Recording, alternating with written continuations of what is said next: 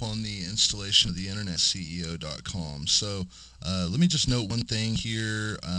You're either going to want to run the installer. We're basically going to install the template, right, which is going to install the sample data into the database and everything, and then we're going to install some of my favorite packages for social bookmarking, security, just some of the real basic stuff that you need to get to have a real nice community website that is going to be search engine optimization friendly, and so forth, right? So if you're going to do this on a live site, you need to go to the Joomla security page on the internetceo.com and read how to set up the Joomla security, because otherwise there's really what you can do is if you set it up on just a demo server, so like right here, I have Vertigo. You can basically install Vertigo, come in, configure, SQL database, runs PHP and everything. So you can actually use Vertigo on, I'm just running this is my laptop with Windows Vista on it. You can set up Joomla, a staging server. Literally, this download is about 10 megs for Vertigo, and you can install that. It's just a single executable.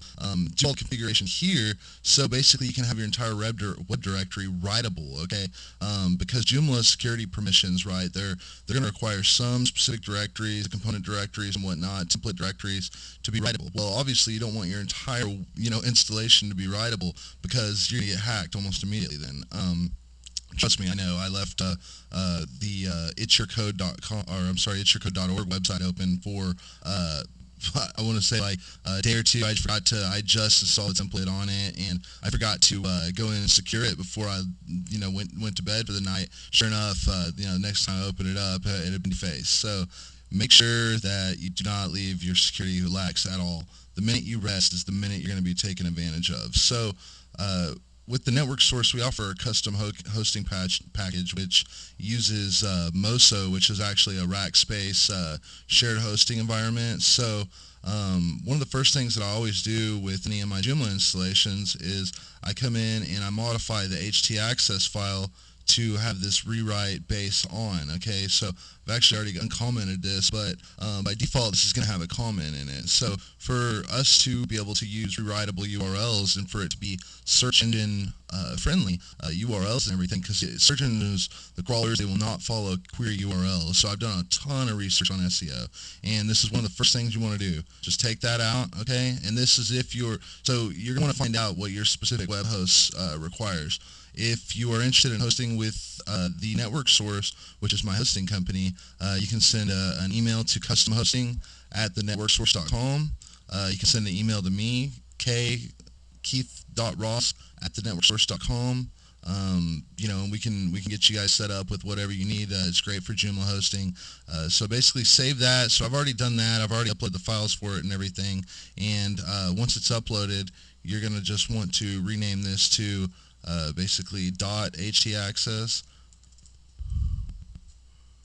okay, and save it. I'm actually still applying some permissions and whatnot on my FTP here, so once that finishes I'll show you how to rename this in the actual FileZilla FTP client. But for now we'll just go ahead and see, Windows Vista won't let you save it like that, so Linux file type. So we're going to go to http://www.theinternetceo.com installation.